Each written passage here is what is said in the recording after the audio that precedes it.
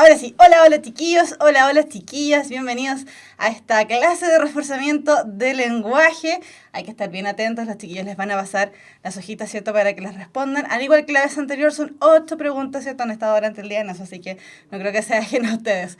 8 preguntas en relación a lo que hemos estado viendo, ¿cierto? Así que harto ojo ahí. Recordemos que el reforzamiento anterior, los errores que teníamos eran más bien en relación a cómo estaba formulada la pregunta y que contestábamos algo que era cercano, pero no era lo que teníamos que responder. Así que ojo ahí con las preguntas, a lo mejor encierren en un círculo alguna marca que les llame la atención, ¿cierto? Y que se refiera a el elemento central de lo que se está preguntando. Así que volvemos un cuarto para las 1 de la tarde para revisar las respuestas y que ojalá estén todas correctas y solucionar algún problema, ¿cierto?, que tal vez se pueda generar. Así que chiquillos, en 15 minutos más comenzamos la revisión de este test de lenguaje. Así que bien atentos a las preguntas, harta concentración. Nos vemos en 15 minutos más. Ya, hola, hola chiquillos, de vuelta, ¿cierto? Vamos a revisar los test, así que estén muy atentos, ahí tengo las hojitas, qué sé yo, ¿cierto? Para ya ir contestando cuáles serán las alternativas correctas. Recuerden que la meta que tenemos en este instante es corregir cualquier error, cualquier pregunta que ustedes tengan, la hacen en el chat y la contestamos, ¿cierto? Para que despejar cualquier duda posible.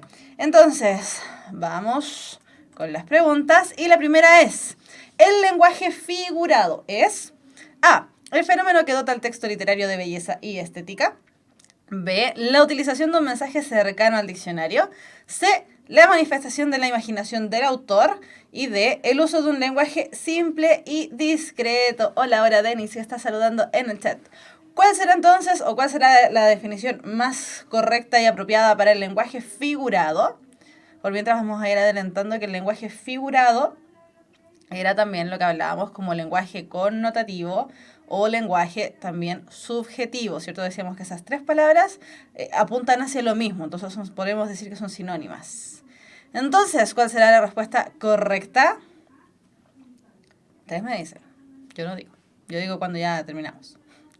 A, dicen, el fenómeno que dota el texto literario de belleza y estética. Vamos a ver, ya que ya contestó, ¿cierto?, Aura Denis. Vamos a ver, ya si aprovechan ustedes también de ir repasando junto con nosotros. Y efectivamente es la letra A. El lenguaje figurado es el fenómeno que dota el texto literario de belleza y estética. Decíamos, ¿cierto?, que el lenguaje figurado es aquel lenguaje que está intencionado. Por eso decíamos que tenía relación con el lenguaje connotativo y el lenguaje subjetivo, ¿cierto? Que todos estos elementos están relacionados uno con el otro y todos apuntan efectivamente a lo mismo. Tiene que ver con brindar al texto literario de belleza, es decir, que no sea atractivo, ¿cierto?, y estética, que tiene que ver con lo mismo, que nos llame la atención, que sea atractivo. Y decíamos que precisamente es este tipo de lenguaje el que a veces nos complica un poquitito hacer el entendimiento, hacer la comprensión de lectura, porque como tenemos que interpretar lo que se dice, ¿cierto? Ese lenguaje está ahí intencionado y tenemos que interpretarlo. A veces ese es el que nos genera una relativa dificultad. La mayoría, según lo que me contestan en el chat, contestó que es la letra A, así que estamos bien. La utilización de un mensaje cercano al del diccionario, eso es, y corresponde al texto no literario. Entonces, como decíamos, que teníamos que estar muy atentos a las preguntas,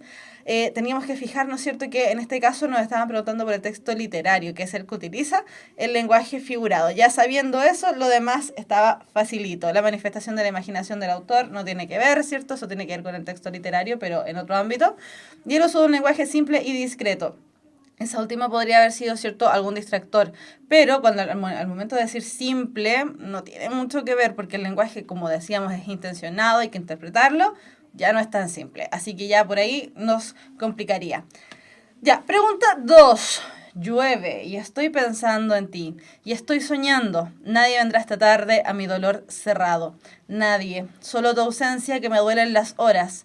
Mañana tu presencia regresará en la rosa. Esta es una canción, ¿cierto?, de Gabriel García Márquez, un poema, porque hacia allá estaba apuntando la clase del día de hoy. Estábamos viendo, ¿cierto?, cerrando la parte de comprensión de textos líricos, es decir, de poemas. Por lo tanto, en el poema 1, que es el que acabamos de leer, ¿cuál es el objeto lírico? Lo que motiva la apreciación de la lectura. A, la lluvia. B, una rosa. C, la ausencia de una persona. ¿Qué es lo que motiva, cierto? Cuando hablamos del objeto lírico, hablamos de la musa o del muso inspirador, el elemento que el poeta toma para inspirarse y crear, cierto, todo este mundo lírico y contarnos de qué se trata. Están como con la duda. Ahora Denis puso una D, pero le puso un signo de interrogación. D, C, la ausencia de una persona. ¿Qué será? ¿Qué será? Llueve y estoy pensando en ti y estoy soñando. Nadie vendrá esta tarde a mi dolor cerrado. Nadie, solo tu ausencia que me duele las horas. Mañana tu presencia regresará en la rosa. Vamos a ver inmediatamente para contestar, ¿cierto? ¡Oh! Me la salté. Ahí sí. Ahí sí. En la pregunta D, la respuesta correcta era... Perdón, en la pregunta 2, la respuesta correcta era de una persona. Estaban bien. ¿Por qué? ¿Por qué el objeto lírico es una persona? Porque le dice, está lloviendo y estoy pensando en ti. Tú eres el motivo por el que voy a seguir hablando. Llueve y estoy pensando en ti y estoy soñando. Nadie vendrá esta tarde a mi dolor cerrado porque tú no estás. Nadie, solo tu ausencia que me duelen las horas. La persona no está. Esa ausencia es la ausencia de una persona. Por eso no es la respuesta correcta no es la C, ¿cierto? Tal como estaban presentando, sino que es la D. ¿Por qué? Porque le falta a esa persona y esa motivación es la que inspira que este hablante lírico se sienta tan solito, ¿cierto? Llueve y estoy pensando en ti, estoy soñando, nadie vendrá esta tarde a mi dolor cerrado, estoy encerrado en mi dolor, no estás ahí. Nadie, solo tu ausencia que me duele en las horas. Está ahí presente todo el día, cada rato y esa persona no está. Mañana tu presencia regresará en la rosa. Y ahí nuevamente, al decir mañana tu presencia, nuevamente nos encontramos entonces con que le está hablando a alguien. Por lo tanto, el objeto lírico del poema Canción de Gabriel García Márquez es la alternativa D. El motivo, ¿cierto? O sea, perdón, el objeto lírico corresponde a una persona. Ya, pregunta 3. En el poema 1, que es el mismo, ¿cierto? ¿Qué temple de ánimo manifiesta el hablante lírico? ¿Qué sensación, qué sentimientos nos expresa el hablante lírico? A, amor. B, soledad. C, pereza. D, añoranza. Llueve y estoy pensando en ti y estoy soñando. ¿Con quién estará soñando? Nadie vendrá esta tarde a mi dolor cerrado. Nadie, solo tu ausencia que me duele las horas. Mañana tu presencia regresará en la rosa.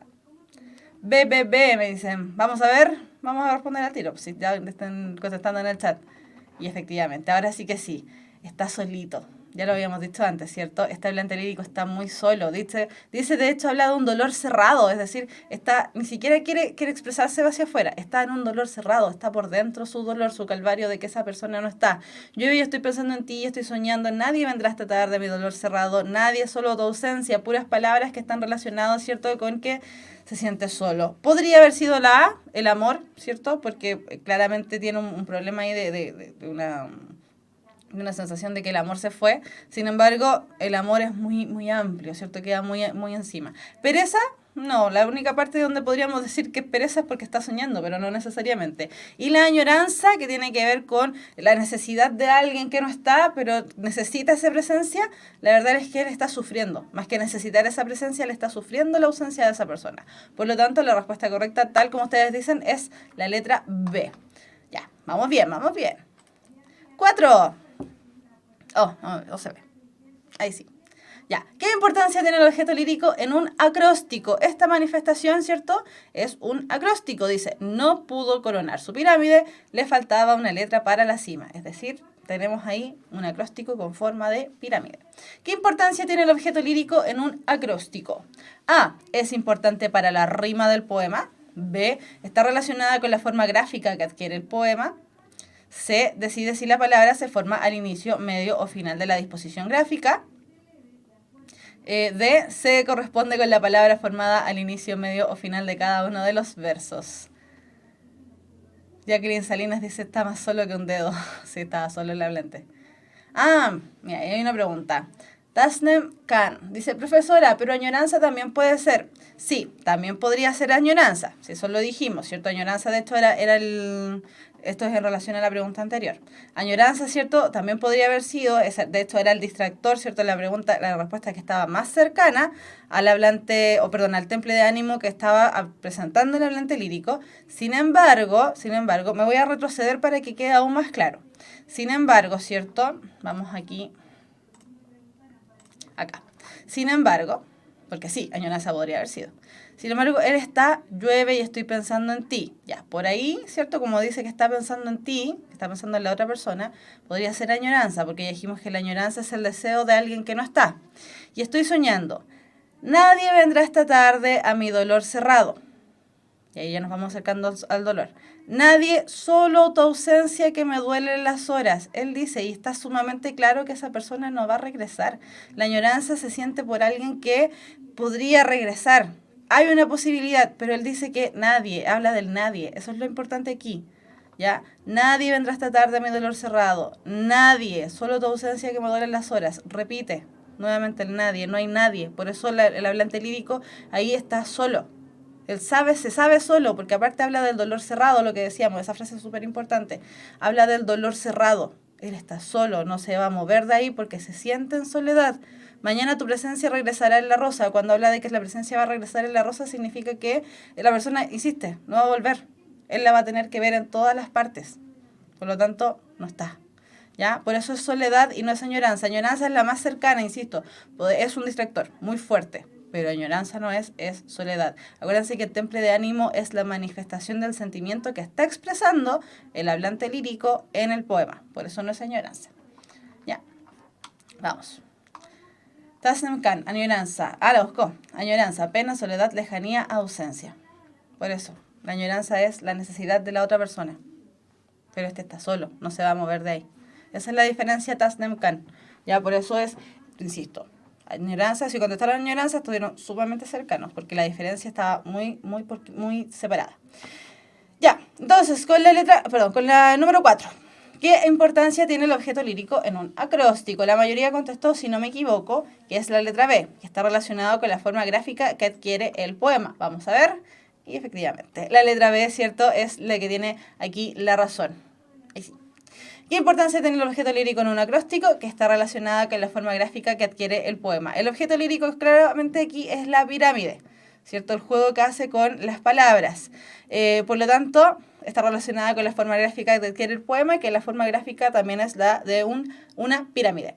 ¿Es importante para la rima del poema? No. De hecho, no siempre estos poemas presentan rima, porque esto decíamos que el acróstico era una manifestación poética que tiene que estar más relacionada con el dibujo, con el arte gráfico, con el diseño de las letras, con otras cosas más que con la poesía tradicional que presentaba verso, estrofa y rima. Decide si la palabra se forma al inicio, medio o final de la disposición gráfica. Esa es otra manifestación que no es el acróstico. D, se corresponde con la palabra formada al inicio... se corresponde con la palabra formada al inicio, medio o final de cada uno de los versos. También, eso no tiene que ver con el acróstico, tiene que ver con otra manifestación poética. Exactamente. Ya, listo. Estamos bien. ¿Para qué sirven las figuras retóricas? A, utilizarlas en nuestro lenguaje habitual. B, embellecer y dotar con riqueza al lenguaje. C, exagerar el objeto lírico de los poemas. D, alterar el orden sintáctico de las oraciones. Figuras retóricas, que decíamos que era lo mismo que las figuras literarias. Si es que alguna vez lo leyeron por ahí o han estado estudiando, ¿cierto?, desde la casa y lo encontraron y dicen, pero sale como figuras literarias. Es lo mismo, exactamente lo mismo, solo que preferimos el nombre figuras retóricas, pero no voy a decir por qué, porque si no voy a estar dando una respuesta que está muy cercana por ahí y se pueden confundir. Vamos. B, dicen, embellecer y dotar con riqueza al lenguaje. B, Aura Denis, también. Vamos a ver.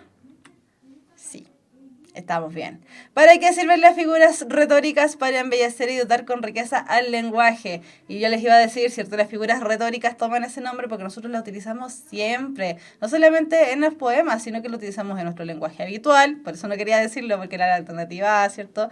Las utilizamos en nuestro lenguaje habitual. Las utilizamos en los poemas. La utiliza la publicidad. La utiliza un buen número de textos, de manifestaciones textuales. Por lo tanto, se llama más, o está más correcto, el nombre figuras retóricas. Y las figuras retóricas sirven precisamente para embellecer y dotar con riqueza al lenguaje, porque las figuras retóricas se utilizan más que nada en textos cercanos a lo literario. ¿Exagerar el objeto lírico de los poemas? No, esa es una figura retórica, no es la definición de figuras retóricas. Y alterar el orden sintáctico de las oraciones, exactamente lo mismo. Eso corresponde a una figura retórica, pero no es la definición de figuras retóricas. 6. ¿Qué diferencia la metáfora de la comparación? A. La primera es una imagen mental, mientras que la segunda es una imagen creada a partir del nexo, como. B. La primera es la repetición de sonidos, mientras que la segunda es la copia de sonidos de la naturaleza. C. La primera es la repetición de las palabras, mientras que la segunda es una imagen mental. D. La primera es una imagen mental, mientras que la segunda utiliza el nexo pero. Bien, bien, bien. ¿Qué están diciendo ahí? Francisca Zúñiga, usted enseñó en clases pasadas que el acróstico contiene letras. Al inicio no es... Sí, pues es un acróstico. Comprendo lo que está diciendo Francisca. La pregunta estuvo mal formulada. Mira, qué buena la observación que hizo Francisca. Francisca, bien, está bien lo que tú dices. Vamos a resolver esta pregunta y nos vamos a devolver, ¿ya? Para solucionar tu duda, porque lo que tú acabas de decir es un error mío, no de ustedes. Así que está bien lo que tú me estás diciendo. Ya, vamos a responder esta pregunta y nos vamos a devolver, ¿ya? Para responder lo que pregunta Francisca, porque Francisca dio en el clavo y lo dio súper bien. Así que Francisca está haciendo la pega como tiene que hacerla. Ya, entonces, ¿por qué me importa responder esta pregunta antes que devolvernos a la anterior? Vamos a ver aquí si es que esto funciona, porque no me ha funcionado las últimas veces. No me está funcionando. Ya, dice, ¿qué diferencia la metáfora de la comparación? Y si se fijan, todas las alternativas dice la primera, la primera, la primera, la primera, la segunda, la segunda, la segunda, la segunda. Para responder este tipo de preguntas que nos pueden salir dentro de los exámenes, si se fijan está formulada, ¿cierto? Donde me preguntan qué diferencia la metáfora de la comparación. Y me dicen la primera, la primera, la primera, la segunda, la segunda, la segunda. Bien. Para yo contestar este tipo de preguntas, sería muy bueno, ¿cierto? Que si se nos presenta la complejidad, ¿cierto? De contestarla, que no entiendo bien cómo tengo que hacerlo, si me dicen la metáfora de la comparación y me dicen la primera, me estoy refiriendo a la metáfora. Entonces, ojo acá, vamos a, ¿cierto? Una buena idea para responder a este tipo de preguntas es encerrar en un círculo, que aquí no me resulta, ¿cierto? No sé por qué, pero encerrar en un círculo, metáfora, encerrar en un círculo, comparación. Así, yo sé que cuando dice la primera se va a referir a la metáfora y la segunda a la comparación, porque son los dos conceptos por los que se me está preguntando. ¿Ya? Así que esa es una muy buena manera de responder. Lo otro sería que arriba o abajo a metáfora le pusiésemos un número 1 y en comparación, ¿cierto? Arriba o abajo le pusiésemos un número 2 para saber que la metáfora es la primero por lo que nos están diciendo y la comparación es lo segundo por lo que se nos está preguntando. Bien, ya, entonces, la mayoría dice que es, si no me equivoco, la mayoría está con la P. Sería la primera es repetición de sonidos, mientras que la segunda es la copia de sonidos de la naturaleza. Creo. Carmen dice que es la A, la primera es una imagen mental, mientras que la segunda es una imagen creada a partir del nexo ¿cómo? Y Aura Denis dice que es la D, la primera es una imagen mental, mientras que la segunda utiliza el nexo pero. Vamos a ver la respuesta correcta. Y es la letra A. La primera, es decir, la metáfora, es una imagen mental, mientras que la segunda es una imagen creada a partir del nexo ¿cómo? Recuerden que metáfora y comparación, y aquí insistimos harto, incluso lo pusimos con un monito, la metáfora y la comparación es la misma figura retórica, hacen exactamente lo mismo, nos crean una imagen en la mente. La diferencia entre metáfora y comparación está dada precisamente porque la imagen mental de la metáfora se queda simplemente en eso, mientras que la comparación utiliza un conector comparativo o un nexo comparativo, ¿cierto? Que podría ser igual que, menos que, más que, como. tal como, así como. Por lo tanto, la palabra clave ahí era el como, a partir del nexo como. Está estableciendo una comparación. Metáfora y comparación son sumamente similares, la diferencia está en el nexo. Los que contestaron la letra D, ¿cierto? La letra D era una trampita. La primera es una imagen mental, efectivamente, lo es. Mientras que la segunda utiliza el nexo pero. Nexo pero aquí no tiene nada que ver. No hace nada y no aparece. No juega el nexo pero en este juego. Así que ojo ahí. Ya, nos vamos a devolver a lo que preguntaba Francisca, ¿cierto? Aquí a lo mejor nos vamos a demorar un poquitito más, pero es importante hacerlo. Ya, en esta pregunta, y este es error de la profe, no es error de absolutamente nadie, los que contestaron en todo caso estaban contestando bien, pero hay un error conceptual que Francisca se dio cuenta, y está bien que se haya dado cuenta porque significa que hizo bien la pega. ¿Qué importancia tiene el objeto lírico en un acróstico? Dice ahí. La palabra que está mal ahí puesta es acróstico. Ahí debiese decir caligrama. ¿Qué importancia tiene el objeto lírico en un caligrama? Y ahí la respuesta correcta es, está relacionada con la forma gráfica que adquiere el poema. Así que ojo ahí, ya para que lo tachen, ¿cierto? Porque yo me imagino que con esto ustedes se quedan para estudiar. Tachen ahí donde dice acróstico y pónganle caligrama. Ahí sí estaría bien y estaría bien correcta también la respuesta. La respuesta está bien. El concepto era el que estaba errado. Gracias, Francisca, por haberse dado cuenta. Ya, nos vamos entonces con la pregunta 7. ¿Qué figura literaria se identifica en el primer verso subrayado en el poema 3? Que es este, ¿cierto? Y dice el primer verso y de hecho aparecen ahí subrayados. Sacudimiento extraño que agita las ideas como huracán que empuja las olas en tropel. Murmullo en el alma se eleva y va creciendo como volcán que sordo anuncia que va a arder. Y nos preguntan por la figura literaria que se identifica en el primer verso subrayado en el poema 3. Entonces ahí lo ideal, ¿cierto? Igual que en la pregunta anterior, que lo bueno es que vayamos rayando la hojita, ¿cierto? Y marcando las cosas por las que nos preguntan. Me dicen, el primer verso subrayado. Entonces, ¿qué hago yo? Me fijo cuál es el primer verso subrayado y lo vuelvo a subrayar, lo vuelvo a marcar, lo destaco, ¿cierto? De alguna manera. ¿Qué figura literaria se identifica en el primer verso subrayado en el poema 3? Comparación, hipérbole, hiperbatón, metáfora. Dicen que es la A. Vamos a ver. Y era la A. Aquí claramente queda evidenciada, ¿cierto?, en la figura la figura retórica del cómo.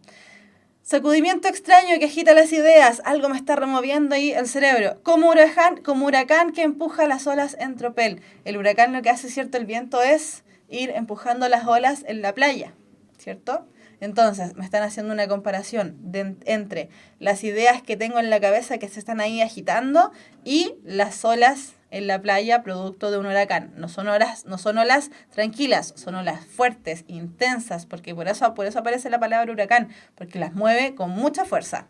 Entonces, la comparación establecida ahí está bien identificada. Hipérbole, hiperbatón, metáfora, hipérbole y hiperbatón no podían ser.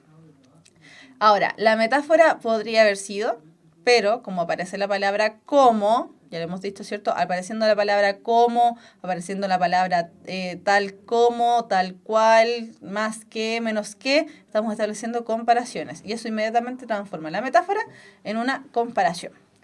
Ya, y la última pregunta de la clase. ¿Qué figura literaria se identifica en el segundo verso subrayado en el poema 3? Es decir, aparece acá, ¿cierto? Está destacado de alguna manera. Como volcán que sordo, bla, bla, bla, bla, bla, bla, bla. Hipérbole, metáfora, personificación, hiperbatón. Fíjense que hay una comparación, pero no aparece dentro de las alternativas. Por ahí a lo mejor pueden haber tenido la dificultad. Hay una comparación, pero dijimos que las figuras literarias no siempre se presentan solas. Muchas veces hay más de una en un mismo verso. Por lo tanto, esa era la dificultad que se nos presenta acá. Porque como dice nuevamente como, ¿cierto? Dice, murmullo que en el alma se eleva y va creciendo, como volcán que sordo anuncia que va a arder. Es que hay una comparación, pero además hay otra figura retórica ahí. Dicen B, que es una metáfora.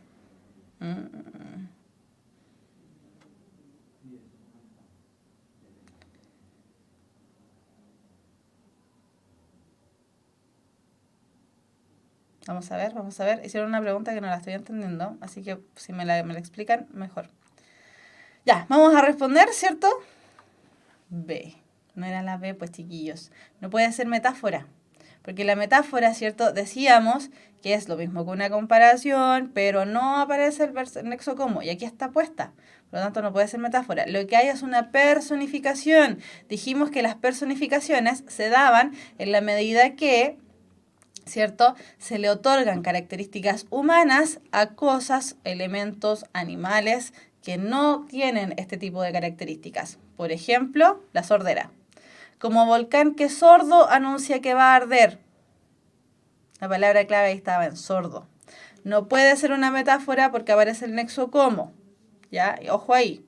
Solamente hay una comparación. La clave estaba en la personificación que tiene que ver con otorgar características humanas, en este caso la sordera, a un volcán, un objeto, ¿cierto?, que no tiene ese tipo de características. Por lo tanto, la alternativa correcta era la alternativa C. Ya, y esa era la última pregunta del test de lenguaje. Chiquillos, ¿queda alguna duda? Andrés Santa Cruz, usted hizo una pregunta y no entiendo lo que me está preguntando. Así que si la mejora ahí, mejor.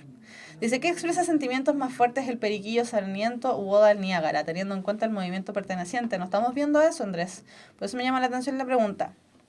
Ya, ¿queda alguna otra pregunta? Si la especificas mejor, podemos contestarla. ¿Queda alguna pregunta, alguna duda? Espero que les haya ido súper bien. ¿Cómo les fue?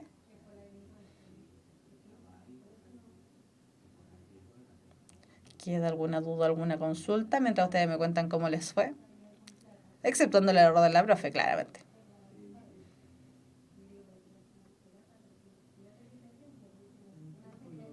Parece que no. 6 de 8 buenas. Súper bien. Pensemos que las pruebas para que sean un 7 están establecidas al 60%. Eso quiere decir que ya teniendo 5, al menos, ya estaban buenas. Hay un azul.